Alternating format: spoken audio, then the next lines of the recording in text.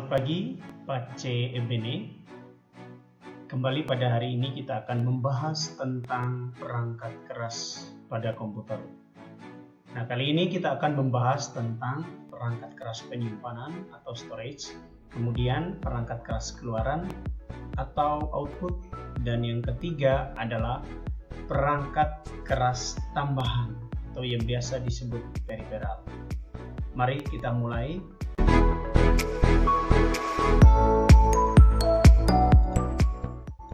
Perangkat penyimpanan atau storage. Yang pertama adalah hard disk drive, yang mungkin kalian pernah mendengar tentang hard disk. Hard disk ini adalah media penyimpanan utama yang paling besar atau media penyimpanan primer yang terdapat pada komputer. Jadi hard disk ini merupakan komponen vital dalam sebuah PC, karena pada komponen inilah semua data-data dan aplikasi yang ada di PC disimpan. Dan yang paling utama yang tersimpan pada PC adalah sistem operasi. Apapun yang akan kita jalankan pada komputer, itu mulainya dari sistem operasi. Dan sistem operasi ini terdapat pada hard disk ini. Nah, hard disk di sini dibedakan menjadi dua jenis berdasarkan teknologi transfer data yang digunakannya, yaitu ATA atau Advanced Technology Attachment, atau yang lebih dikenal dengan ID atau Integrated Drive Electronic. Dan berikutnya adalah SCSI atau Small Computer System Interface. Ini merupakan standar yang diperkenalkan oleh IBM. Ya, ada beberapa jenis dari perusahaan lain, misalnya juga Samsung, Quantum, dan lain sebagainya, itu juga ada. Jadi yang pertama adalah perangkat hard disk, karena ini media penyimpanan utama dan terbesar dalam komputer. Ini contoh hard disk. Yang berikutnya adalah disket atau media penyimpanan yang sudah lama tidak digunakannya. Jadi kita tidak perlu membahas tentang disket ini. Kalaupun kalian bertanya nanti, ya tidak akan dijelaskan seperti apa, karena memang media ini tidak ada lagi. Bahkan coba dibayangkan besarnya atau kapasitasnya hanya 1,44 KB. Ini zaman dulu ya, zaman saya masih SMA. Nah, ini contohnya. Kemudian yang berikutnya adalah CD atau DVD, merupakan alat penyimpanan data dan berupa cakram digital. Ya, kalau kalian lihat cakram digital itu ya, kalau kena sinar matahari nanti akan memantulkan cahaya seperti seperti cahaya pelangi. Ini mampu menyimpan data hingga 650 sampai 700 MB hanya, sehingga saat ini CD atau DVD ini pun sudah jarang digunakan, ya, sudah jarang digunakan. Bahkan orang tidak lagi menggunakannya karena juga gampang rusak, penyimpanannya juga akan susah, dan orang lebih memilih media penyimpanan lain. Ya, ini. Nah, perhatikan di kursor saya ini, tempat untuk memutar CD ini namanya adalah CD drive, ya, namanya adalah CD-ROM atau DVD-ROM. Saya ulangi. Tempat untuk membaca CD atau DVD adalah CD-ROM atau DVD-ROM. Berikutnya adalah flash disk. Nah, ini media penyimpanan yang saat ini sedang populernya. Karena apa? Selain kapasitasnya besar, ukurannya itu sangat kecil sehingga bisa dibawa kemana-mana. Bahkan satu flash disk sekarang bisa menyimpan sampai 2 atau 10 terabyte. Nah, tidak hanya gigabyte tapi terabyte. Jadi sifatnya adalah plug and play. Maksudnya adalah ketika kita pasang ke dalam USB, port USB, itu langsung terbaca oleh komputer. Jadi pasang dan baca, bukan berarti bermain. Maksudnya pasang langsung dibaca oleh sistem komputer. Itu namanya bersifat plug and play. Nah, ini yang disebut dengan flash disk. Kemudian ada yang belum kenal flash disk? Tidak mungkin ya. Nah, ini contoh flash disk. Kemudian MMC atau multimedia card. Nah, ini contohnya. Kalau kalian lihat di sini ada yang digunakan pada kamera digital, modelnya seperti ini ya. Jadi modelnya sangat simpel juga. Di dalamnya bisa disimpan dengan memori seperti pada HP kita ya. Nah, itu tentang media penyimpanan. Berikutnya adalah media keluaran atau output, bukan input ya. Di sini salah ketik saja. Output. Apa fungsinya? Media output atau keluaran ini berfungsi untuk mengeluarkan hasil proses. Jadi apapun yang telah diproses oleh prosesor atau perangkat keras proses lainnya nanti akan dikeluarkan oleh media output. Apa saja yang termasuk media output? Nah, pertama, dia ada beberapa jenis. Pertama dalam bentuk soft copy. Soft copy ini bisa keluarannya maksudnya hanya dalam bentuk tampilan. Kita tidak melihat secara fisik, tapi kita hanya melihat saja dalam bentuk tampilan pada layar monitor. Ya. Misalnya seperti ini. Jadi media keluaran dalam bentuk soft copy, contohnya adalah monitor. Ada beberapa jenis monitor, kalian bisa baca sendiri. Ada CRT, dan LCD. Ya. Kemudian media keluaran dalam bentuk hard copy, ya hard, dalam bentuk fisik yang bisa kita pegang dan bisa kita lihat secara fisik.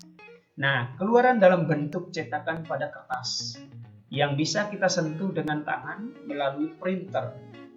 Nah, ini yang disebut dengan keluaran dalam bentuk hard copy. Jadi dia keluaran dalam bentuk cetakan yang bisa kita pegang dan kita lihat langsung ya pada kertas.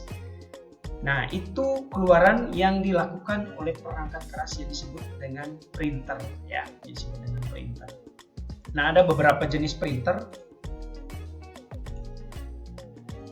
Pertama, printer dot matrix, kemudian printer inkjet, dan berikutnya adalah printer laser, ya.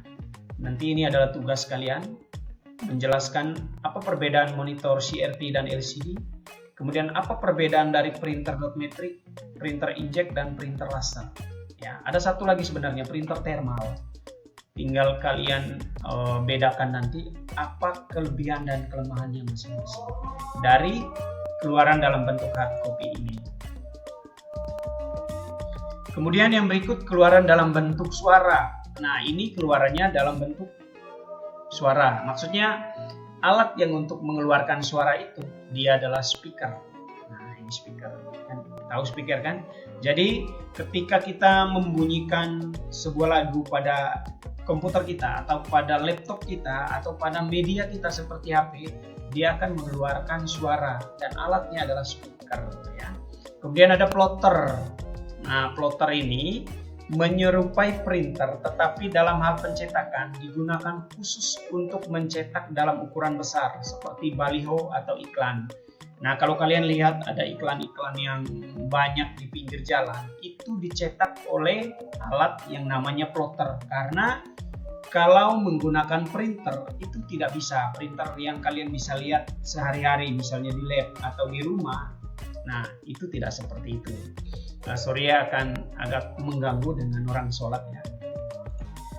Kemudian, nah ini contoh plotter. Jadi plotter itu dia keluarannya, dia ukurannya besar seperti ini, ya besar seperti ini. Tetapi juga dikendalikan oleh sebuah komputer khusus yang ada di sebelah sini. Dia akan dikendalikan oleh komputer. Nah, pencampuran warnanya hampir sama dengan pada printer. Nah, berikutnya adalah LCD proyektor atau keluaran dalam bentuk pancaran sinar yang dihasilkan dari sebuah proyektor. Pernah lihat? Nah, ini yang sering kalian lihat ketika Bapak Ibu guru atau kalian mempresentasikan sebuah materi dan itu menggunakan alat untuk memperbesarkan tampilan itu di depan kelas itulah yang disebut dengan LCD. Bagaimana dia mengeluarkan hasil proses? Dia keluar dalam bentuk pancaran sinar yang dihasilkan dari sebuah proyektor. Ya. Nah, ini contoh proyektor. Oke, berikutnya adalah perangkat tambahan atau yang disebut dengan peripheral. Namanya juga perangkat tambahan ya. Jadi ada atau tiadanya tidak terlalu dibutuhkan karena dia hanya alat tambahan. Ya, anggaplah seperti makanan pokok.